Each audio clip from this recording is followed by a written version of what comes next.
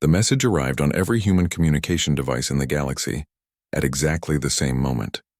It bypassed military encryption, civilian networks, and personal tablets with equal ease. The Galactic Council wanted everyone to hear their ultimatum, and they made sure of it. Admiral Jiho stood on the bridge of the human flagship Defiance when the transmission began. The holographic display filled with the image of hundreds of alien species, all arranged in a grand chamber that looked designed to intimidate. The speaker was a tall creature with 4 arms and skin that shimmered like oil on water. Its voice translated through universal communicators with a tone that tried to sound authoritative and final. The alien declared that humanity had been judged by the Galactic Council. After careful deliberation, the Council determined that humans posed a threat to galactic peace. Their expansion was too aggressive. Their behavior was too unpredictable. Their refusal to submit to Council authority was unacceptable. Therefore, the Council demanded humanity's complete and unconditional surrender within 30 standard cycles. If humanity refused, the Council would mobilize the full might of 847 alien civilizations to eliminate the human threat permanently. The bridge of the Defiance went completely silent for approximately 3 seconds. Then someone started laughing. It was a young ensign at the navigation console, barely out of the academy. The laugh was short and surprised, like someone had told an unexpected joke. Then another crew member joined in. Within moments, the entire bridge crew was laughing so hard that several officers had to wipe tears from their eyes. Commander Hana, the second in command, tried to compose herself but kept breaking into fresh giggles. She replayed certain parts of the message, particularly the part where the Council claimed their fleet was invincible, and their technology was beyond human comprehension. Each replay brought new waves of laughter from the crew. Admiral Jiho allowed himself a smile but raised his hand for quiet. The crew slowly calmed down, though several still had grins on their faces. Jiho looked at his communications officer and gave a simple order to send their response back to the Council. The officer typed out 5 words that would become famous throughout the galaxy. Back on Earth, President Minho received the same message in his office. He immediately called an emergency session of the United Earth Assembly. Representatives from every human world gathered in the Grand Hall, their faces showing various expressions of surprise and confusion. When Minho played the Council's ultimatum for the full assembly, the initial reaction was similar to the one on the Defiance. Laughter filled the chamber. It started as nervous chuckles but grew into full belly laughs. The representative from Mars had to sit down because she was laughing so hard. The delegate from the Jupiter colonies wiped his eyes with a handkerchief. Even the normally serious representatives from the military colonies found themselves grinning. Minho waited for the laughter to die down before speaking. His voice was calm and measured, the tone of a man who had seen enough history to know what was about to happen. He reminded the assembly that humanity had been fighting wars for thousands of years. They had fought with sticks and stones, then with metal and fire, then with machines and chemicals, and finally with technology that could crack planets like eggs. Humanity had fought itself so many times that they wrote rules to try to limit how terrible their wars could become. Those rules existed not because humans were peaceful, but because they knew exactly how destructive they could be if they stopped holding back. The Geneva Conventions, the Hague Conventions, and dozens of other treaties were all attempts by humans to protect themselves from their own worst instincts. And now, Minho continued, some aliens who had apparently never experienced real war wanted to threaten Earth. They wanted to intimidate a species that had survived ice ages, plagues, world wars, nuclear standoffs, and climate disasters. They wanted to scare people whose ancestors had looked at the stars and decided to go there despite having no idea what might be waiting. The Assembly voted unanimously on their response. It was the same 5 words that Admiral Jiho had already sent from the Defiance. Simple, direct, and unmistakably human. The message was transmitted across every human world and then broadcast toward Council space on every frequency available. In the Galactic Council chambers, the various alien representatives received humanity's response. The translator systems processed the 5 words and displayed them in 847 different languages. The Council members looked at each other in confusion and growing anger. They had expected begging, negotiation, or perhaps frightened acceptance. Instead, they received 5 words that would haunt them for the rest of their lives. The human response was clear and simple. It carried the weight of thousands of years of warfare, the confidence of a species that had already survived its own worst nightmares, and the dark humor of people who knew exactly how this situation would end. The 5 words appeared on every council screen in glowing letters. The message from humanity read simply and directly without any additional explanation or justification. Those 5 words were all the council would get, all they needed to understand what was about to happen, the words that made some council members suddenly nervous and others even more angry. Come and try. Supreme Commander Thalen of the Vorax Empire stood in the war room overlooking the greatest military assembly in galactic history. Through the massive viewing windows, 50,000 warships floated in perfect formation near the Kepler Nexus. Each ship represented a different member species of the Council. Each one carried enough firepower to level a city. Together they formed an armada that no single species had ever faced before. Thalen felt confident as he studied the tactical displays. His tactical advisor Quirvin stood beside him, manipulating holographic projections of human space. The projections showed Earth and its colonies scattered across several dozen star systems. To Thalen's experienced eye, the human defensive positions looked primitive and poorly organized. He had spent weeks studying human military history, and nothing he saw impressed him. Quirvin pointed to various human conflicts recorded in their databases. He showed Thalen images of human wars using projectile weapons, chemical explosives, and crude atomic bombs. The humans had only been in space for 200 years. Most council species had been traveling between stars for thousands of years. Some had been spacefaring for tens of thousands of years. The technological gap seemed obvious and insurmountable. Thalen asked Quirvin about the human response to their ultimatum.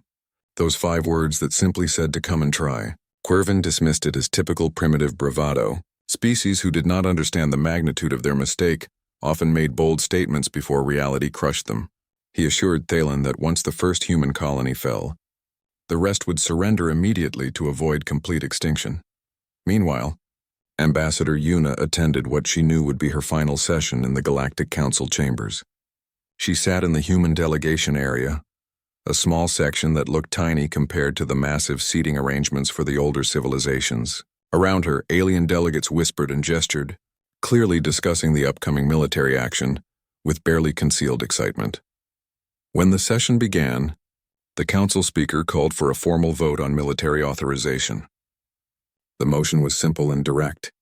The council would authorize the use of all necessary force to neutralize the human threat. Yuna listened to dozens of speeches from various alien representatives.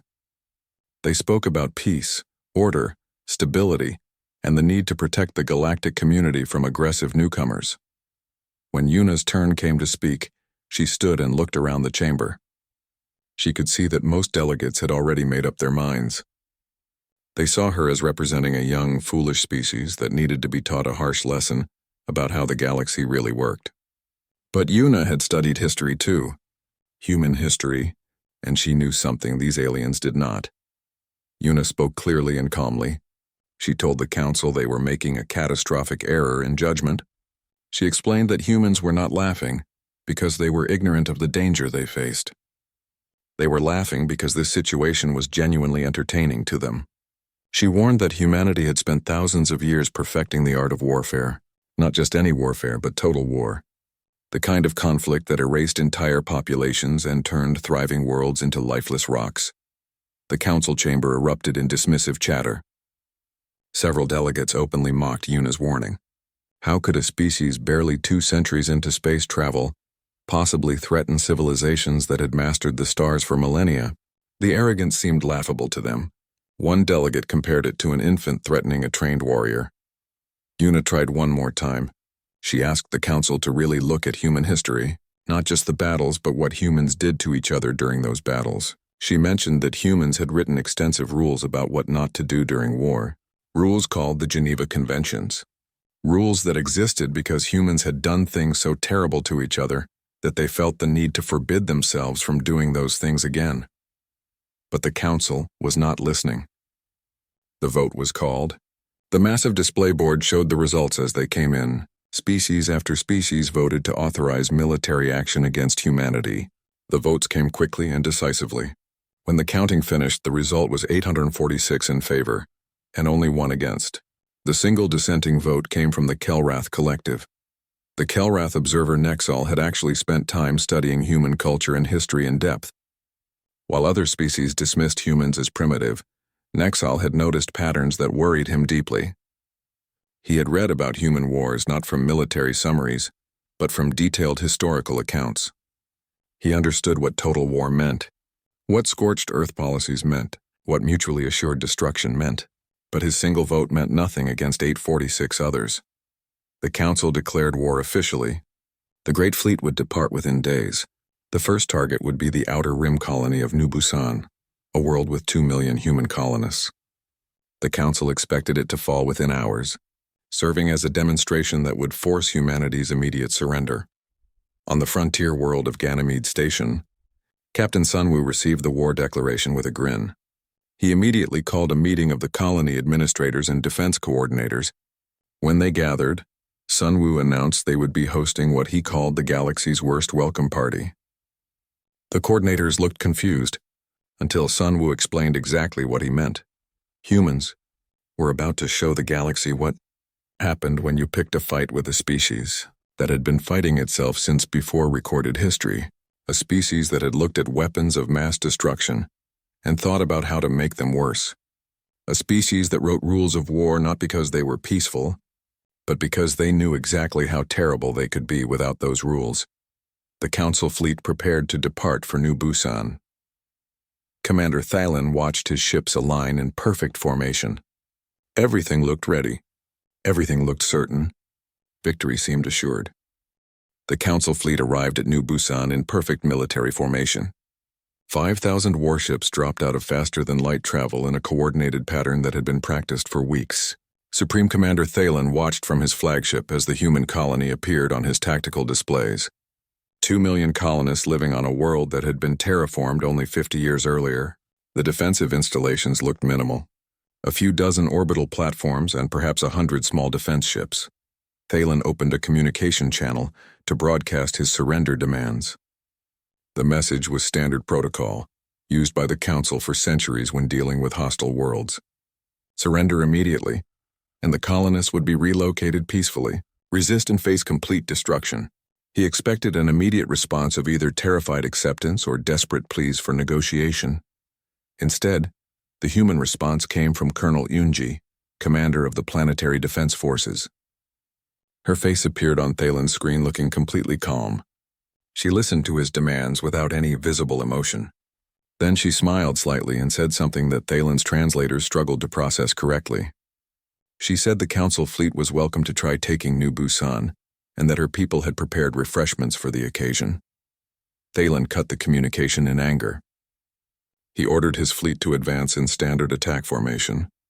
The ships moved forward in 3 waves, with the heaviest warships in front to absorb any defensive fire. Behind them came missile cruisers and energy weapon platforms. The 3rd wave contained troop transports ready to land once orbital resistance was eliminated. Everything proceeded according to established military doctrine that had worked for thousands of years. The 1st wave crossed into weapons range of the orbital platforms. Thalen expected defensive fire to begin immediately. Instead, nothing happened. The platforms appeared inactive. His sensor officers reported no energy signatures indicating charged weapons. For a moment, Thalen wondered if the humans had simply abandoned the colony. Then everything went wrong at once. Explosions erupted throughout his fleet. Ships that had been flying in tight formation suddenly lost control and collided with each other.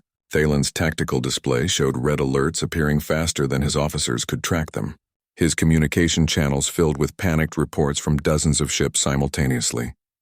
They were under attack, but no one could identify where the attacks were coming from. His science officer finally identified the first problem. The space around New Busan was filled with kinetic kill vehicles. Simple chunks of metal accelerated to enormous speeds and left floating in carefully calculated orbits. They had no energy signatures because they were not powered. They were just waiting in the dark like invisible mines. The Council fleet had flown directly into a minefield that their sensors could not detect until the moment of impact. But that was only the first problem. The second problem became apparent when ships started firing on each other. Thalen watched in horror as an entire squadron of Voryx cruisers opened fire on their own support vessels. The affected ships were not responding to orders. Their crews were screaming that they had lost control of their weapon systems. Something had infiltrated their computer networks and was turning their own ships against them. The human programmer Daiho watched the battle from a bunker deep beneath New Busan's surface. He had spent the last 3 months designing the cyber warfare package that was currently tearing through the Council fleet's networks. The aliens used networked computer systems just like humans did, but they had never encountered an enemy that specialized in breaking those systems. Human hackers had been waging digital warfare against each other for over 200 years. They had learned every possible way to infiltrate, corrupt, and control computer networks. The Council fleet tried to pull back and regroup, but now the orbital platforms came alive. They had been dormant to avoid showing their true capabilities. When they activated, they revealed weapons that the Council had not expected. Magnetic acceleration cannons that could throw projectiles at a significant fraction of light speed. Laser arrays that could focus multiple beams on a single target with perfect coordination. And something new that the Council had never seen before. Nuclear mines hidden in orbital debris suddenly activated. Not simple atomic explosions, but carefully shaped charges designed to direct their force in specific directions. The mines had been positioned weeks ago, waiting for an enemy fleet to arrive. Now they detonated in a carefully choreographed sequence that channeled their destructive force through the Council formation like a wave.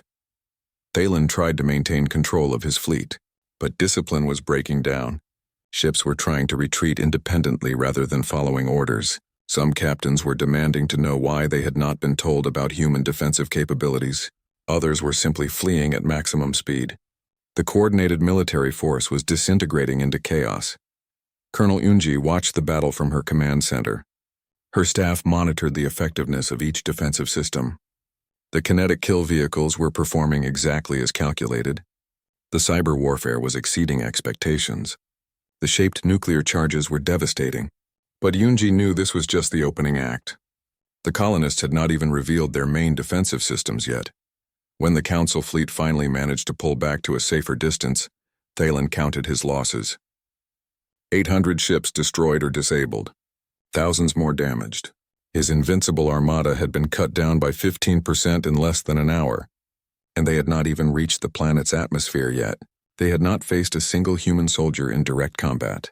They had been defeated by preparation, creativity, and a complete disregard for conventional military doctrine. Thalen's tactical advisor, Quirvin, stared at the tactical displays in shock. He had studied human conflicts. He had seen their primitive weapons and simple tactics. How had they hidden these capabilities? How had the Council intelligence services missed this? Thalen asked the same questions.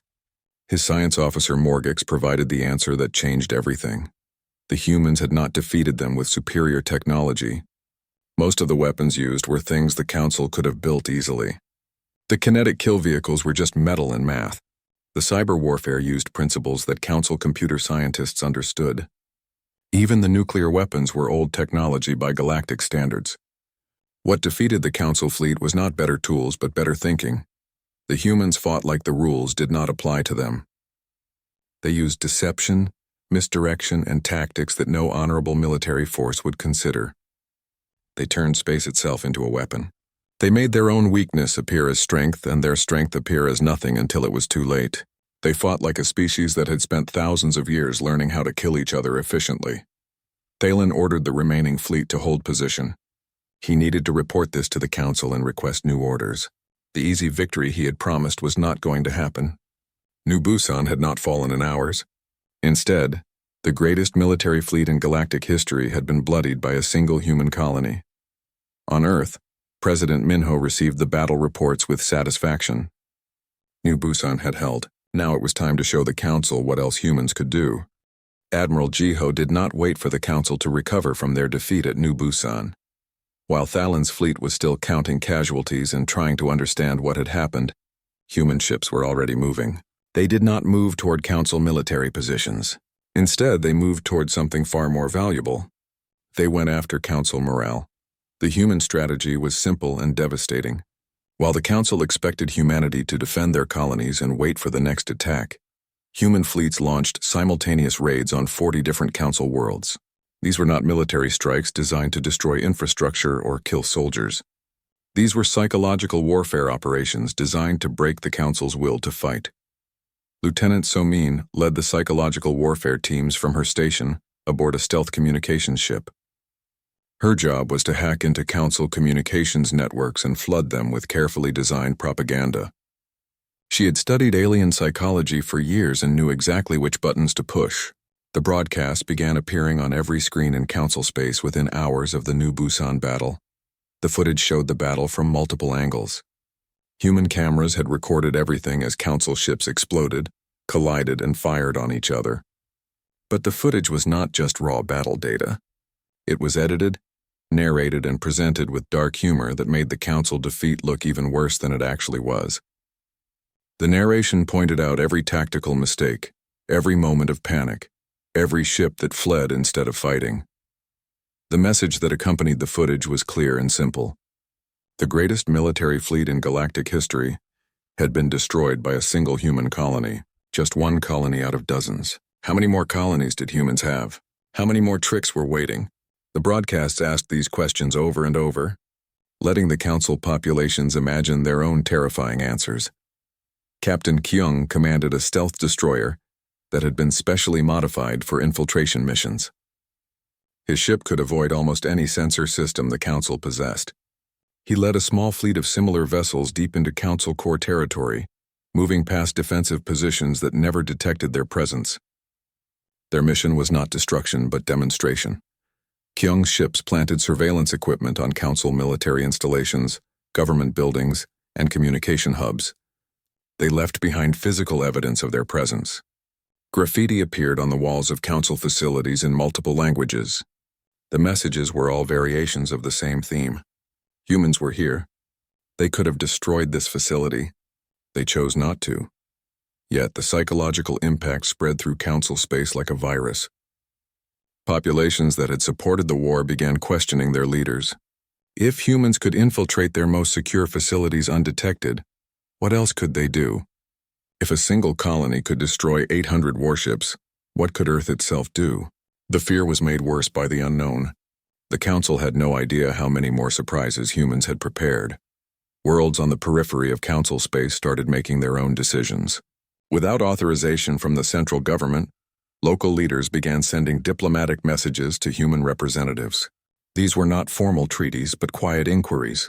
What would it take for humans to leave their world alone? Would humanity accept neutral status? Could individual species negotiate separate peace terms? Ambassador Yuna found herself overwhelmed with requests for secret meetings. Species that had voted for war mere weeks ago were now desperately trying to find a way out. She handled each negotiation carefully, knowing that every species that left the Council coalition made the final victory easier. But she also knew that the core Council powers would not surrender so easily. On the Defiance, Commander Hana analyzed the shifting political situation. She brought her findings to Admiral Jiho during a strategy meeting. Half the Council was ready to abandon the war. Minor species were terrified. Even some major powers were quietly questioning whether fighting humanity was worth the cost.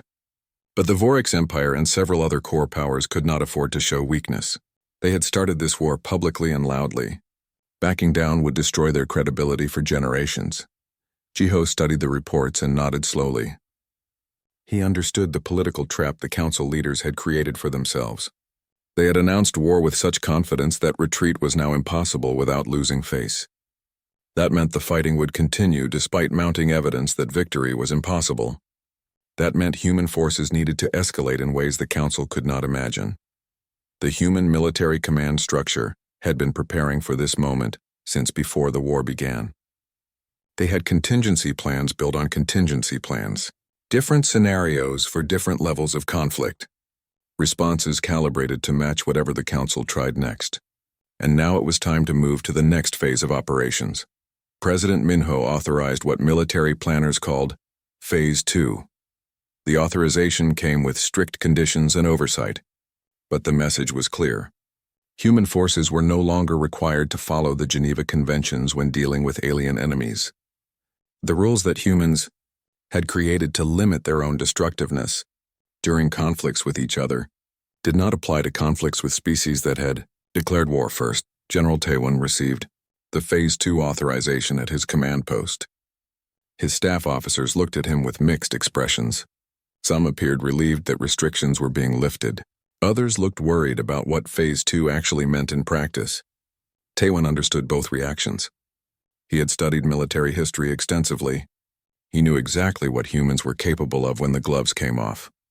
The first Phase 2 operation targeted a Vorix military logistics station in a system far from any civilian populations. Commander Heejin led the assault force of 30 human ships against a station that held 5,000 Vorix soldiers. The battle was over in 4 hours. The station was completely destroyed. What shocked the Vorix survivors was not the speed of the defeat, but the methods used to achieve it. Human forces used weapons that had been banned under Earth's military conventions. Chemical agents that incapacitated Vorix soldiers in seconds. Biological weapons specifically engineered to target Vorix genetic markers.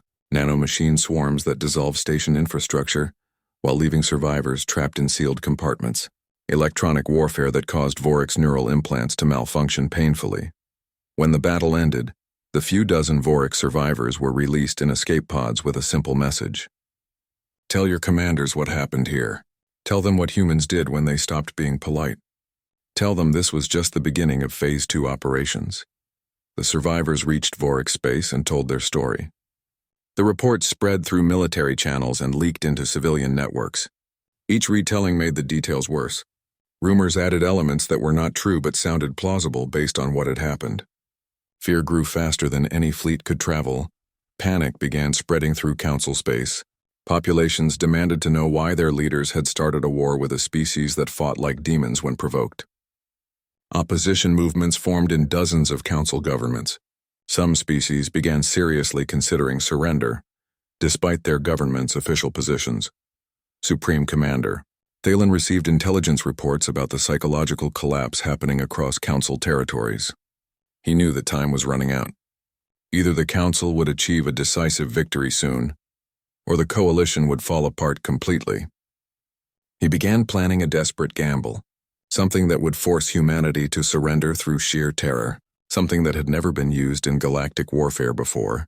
He ordered the activation of the planet crackers. The Council maintained certain weapons that were never supposed to be used. These devices existed as deterrents, as ultimate threats that prevented conflicts from escalating beyond certain points. Among the most terrifying were the planet crackers, devices capable of literally destroying entire worlds by triggering geological collapse from within. Supreme Commander Thalen authorized their deployment against human colonies despite protests from several council members. Intelligence Officer Jamin detected the planet cracker deployment through human surveillance networks that had been monitoring council military movements. He immediately sent priority alerts to Admiral Jiho aboard the Defiance. When Jiho saw the intelligence reports, his expression changed from confidence to deadly seriousness. The atmosphere on the bridge shifted instantly. Officers who had been joking about council incompetence went quiet. The planet crackers represented an existential threat. Human defensive systems could stop conventional weapons. They could outmaneuver fleets and hack computer networks. But stopping a device that could tear a world apart from within required different capabilities. More importantly, the deployment of such weapons meant the Council was willing to commit genocide. That changed everything about how humanity would respond. Admiral Jiho sent an encrypted message directly to President Minho on Earth. The message contained 3 words that every human military officer understood but hoped never to use. The 3 words that meant the war had crossed a line from which there could be no return. The message simply said, "They went nuclear." President Minho called an emergency session of the United Earth Security Council. Representatives gathered in a secure bunker deep beneath Geneva. The mood was grim and focused. These were not politicians playing games, but experienced leaders who understood the gravity of what was happening. Minho presented the intelligence about the planet crackers and asked for authorization of response protocols. The vote was unanimous. Every representative voted yes without hesitation. Some voted with tears in their eyes, understanding what they were authorizing. Others voted with cold anger at being forced into this position. But everyone voted yes. The authorization was transmitted to military command with the highest priority, encryption.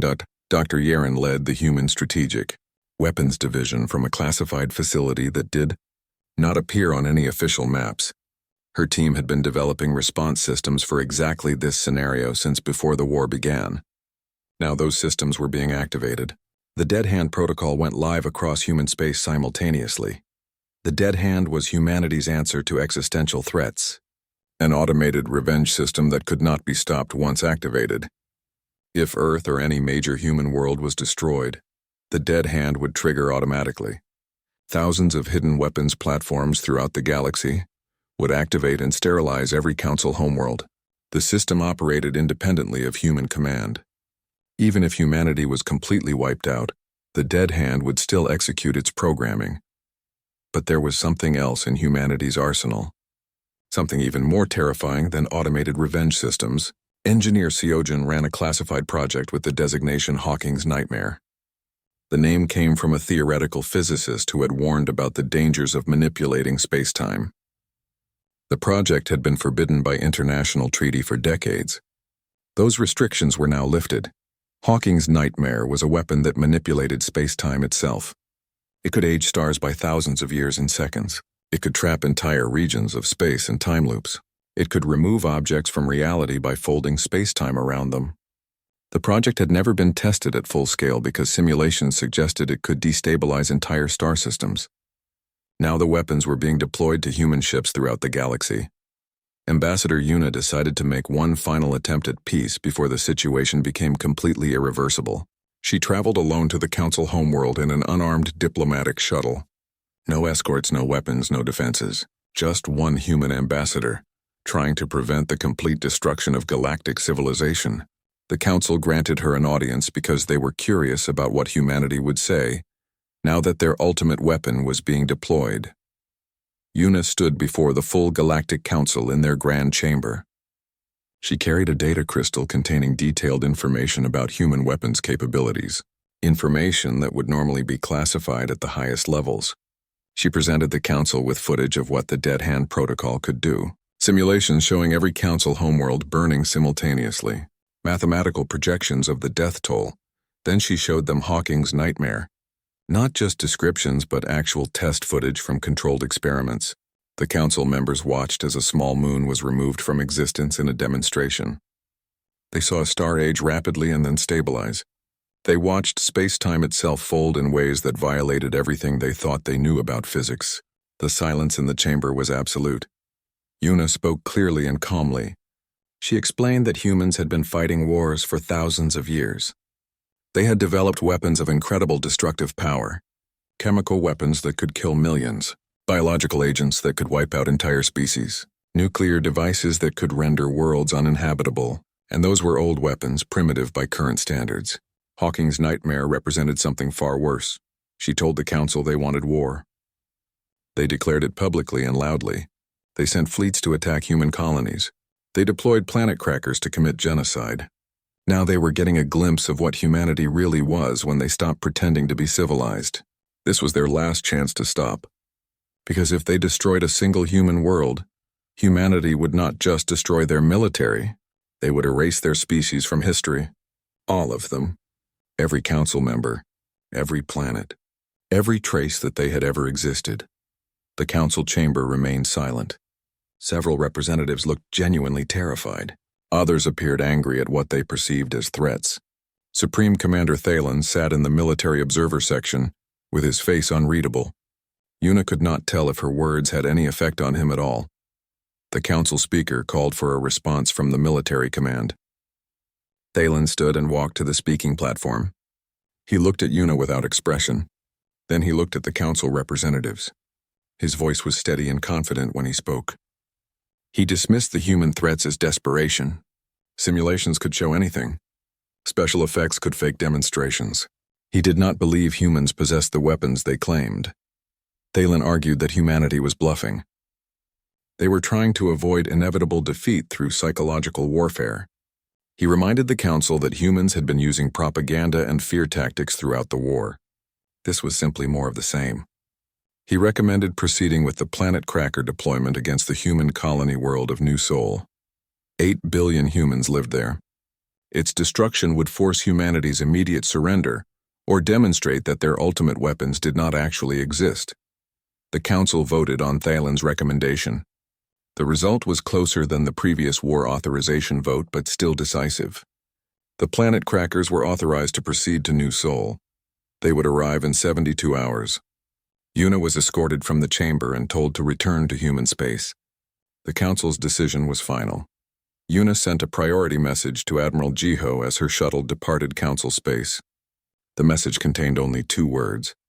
It was the signal that negotiations had failed and that military forces should prepare for final operations. The 2 words that meant humanity was about to show the galaxy what they were truly capable of. The message said simply, "They chose." The planet cracker fleet arrived at New Sol exactly on schedule. 12 massive vessels designed for one specific purpose. They moved into position around the human colony world with mechanical precision. 8 billion humans lived on New Sol. It was one of humanity's oldest and most developed colonies. The loss would be devastating both materially and psychologically, Captain Minji commanded, the defense fleet protecting New Sol. He had 60 ships against 12, planet crackers supported by 300 council warships. The mathematics of the situation were impossible. Even if he destroyed every escort ship, the planet crackers themselves were heavily armored and shielded. They were designed to survive long enough to complete their function even under sustained attack. Minji issued evacuation orders to the surface. Civilian transports launched from spaceports across the planet. They could evacuate perhaps a few 100,000 people before the planet crackers activated. The rest would die. Minji prepared his fleet for a final stand. His ships would delay the council forces as long as possible. Buy time for a few more evacuation flights. Save whoever could be saved. Then something happened that nobody in the galaxy had seen before. Every human ship in the galaxy activated their Hawking's nightmare devices simultaneously. Thousands of human vessels, from massive carriers to small destroyers, all triggered weapons that manipulated space-time itself. The effect was coordinated down to the microsecond. A demonstration of human coordination and determination. That was as terrifying as the weapons themselves. Space itself began, folding around New Sol, the planet cracker. Fleet found itself isolated in a bubble of distorted space-time. They could see New Sol through their view screens, but their sensors showed impossible readings. Distance had lost meaning. Time was flowing at different rates in different locations. Their targeting systems could not lock onto anything because the normal rules of physics were no longer applying. Then the planet crackers simply ceased to exist. Not destroyed in explosions, not disabled by weapons fire. They were removed from reality itself. One moment they occupied physical space. The next moment they had never existed at all. Space-time folded around them and smoothed out their presence as if they had never been there. The 300 escort ships watched in horror as their most powerful weapons vanished like they were never real. Across the galaxy, similar demonstrations occurred on council worlds. The Voryx homeworld experienced something impossible. Their star suddenly aged 10,000 years in 30 seconds. The aging was visible to anyone looking at the sky. The star brightened, shifted color, and then stabilized. The entire planet watched their sun transform and then return to normal. Scientists immediately understood the implications. Humans had just demonstrated they could age the Voryx sun to death anytime they wanted. The Council Capital world experienced a different demonstration. For exactly 1 minute, time flowed at 1/10 normal speed across the entire planet. Council members in the Grand Chamber watched in horror as their chronometers showed time passing normally, while their own perception slowed drastically. That 1 minute felt like 10 minutes of frozen movement. When normal time resumed, everyone understood immediately. Humans could trap them in slow motion forever if they chose. The demonstrations continued on dozens of council worlds simultaneously. Each one carefully calibrated to terrify without causing permanent harm. A moon was removed from reality and then returned. A space station experienced time flowing backwards for 30 seconds. An entire fleet found itself transported across the galaxy and then returned. Every demonstration showed control and precision that was somehow more frightening than raw destruction would have been. Then everything stopped. The space-time manipulations ceased. The Voryx sun stabilized at its original age. The Council Capital world returned to normal time flow. The deleted objects returned to reality. It was as if humanity had reached out across the galaxy, demonstrated godlike power, and then deliberately pulled back. The message was clear. We could have made these changes permanent. We chose not to. This time, Admiral Jiho broadcast a message across all Council communication frequencies. His image appeared on every screen in Council space simultaneously. His voice was calm and measured. He did not sound angry or threatening. He sounded like someone explaining simple facts to children who had finally stopped misbehaving. His message was short and direct. Jiho explained that humanity had demonstrated restraint. They had shown what they could do without actually doing it. The weapons remained armed. The dead hand protocol was still active. Every human ship still carried devices that could manipulate space-time. All of it was still online and ready. The demonstrations were just previews. The next activation would be permanent. He gave the Council a simple choice: surrender now or experience permanent changes. Humanity would start by removing the Vorix homeworld from existence entirely. Then the Council capital world would be trapped in slow time forever, frozen but aware. Then systematic deletion of every Council military installation in the galaxy. Then the homeworlds themselves, one by one until the Council ceased to exist. The message ended with a countdown. The Council had 12 hours to surrender unconditionally. After that, the permanent operations would begin. There would be no negotiation, no compromise, no second chances. 12 hours to decide between continued existence and complete erasure from history. Supreme Commander Thalen sat in his command center staring at screens that made no sense. His entire fleet was gone, not destroyed, simply removed from existence and then returned. His homeworld star had been aged and restored. He had watched reality itself bend around human weapons. Everything he thought he knew about warfare was irrelevant. How did you fight an enemy that could erase you from existence? His science officers had no answers. The technology humans were using should not be possible according to every physical law the Council understood. But it clearly was possible because they had all just experienced it. The mathematical model suggested that manipulating space-time like this required energy outputs equivalent to stars. Somehow humans had miniaturized that capability into ship-mounted weapons. Thalen realized that humanity had not been laughing from ignorance. They were laughing because they knew how this would end from the moment war was declared. They had weapons that made conventional military force completely irrelevant. They had been holding back for weeks, fighting with restrictions in place, following their own rules of warfare. Now the restrictions were lifted and the galaxy saw what humans actually were. The Council emergency session was chaos. Representatives screamed at each other. Some demanded immediate surrender. Others insisted this was impossible and must be a trick. Military commanders reported that their forces were useless against enemies who could manipulate reality itself. Political leaders demanded explanations from scientists who had no explanations to give. The Kelrath observer Nexal stood and requested the floor. The chamber quieted slightly. Nexal had voted against the war from the beginning. He had warned them. Now he spoke calmly and clearly. He explained that he had studied human history extensively. Humans had been fighting each other for thousands of years. They had developed weapons that could end their own species dozens of times over. The Geneva Conventions existed because humans had done things to each other so terrible, they needed rules to stop themselves. Nexal pointed out that humans had been fighting the Council with restrictions in place, following their rules of war. Being civilized, now the Council had forced them to remove those restrictions. This demonstration was humans showing the galaxy what they were like when civilization was optional, and even now they were still showing restraint. The demonstrations were reversible. Humanity was giving the Council one more chance. The vote was called. The result was unanimous. 847 species voted to surrender unconditionally to humanity. Supreme Commander Thalen transmitted the surrender personally. His voice was defeated but clear. The Council accepted all human terms without condition. The war was over. Humanity had won. 3 months after the Council's surrender, the galaxy looked completely different. The power structures that had existed for thousands of years had collapsed and reformed around a new reality. Humanity did not occupy Council worlds. They did not demand tribute or reparations. They did not execute war criminals or dismantle governments. Instead, they did something the galaxy found even more surprising. They offered partnership.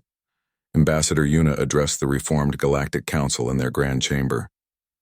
The chamber looked the same physically, but the atmosphere was entirely different. Where before there had been arrogance and certainty, now there was cautious respect mixed with lingering fear.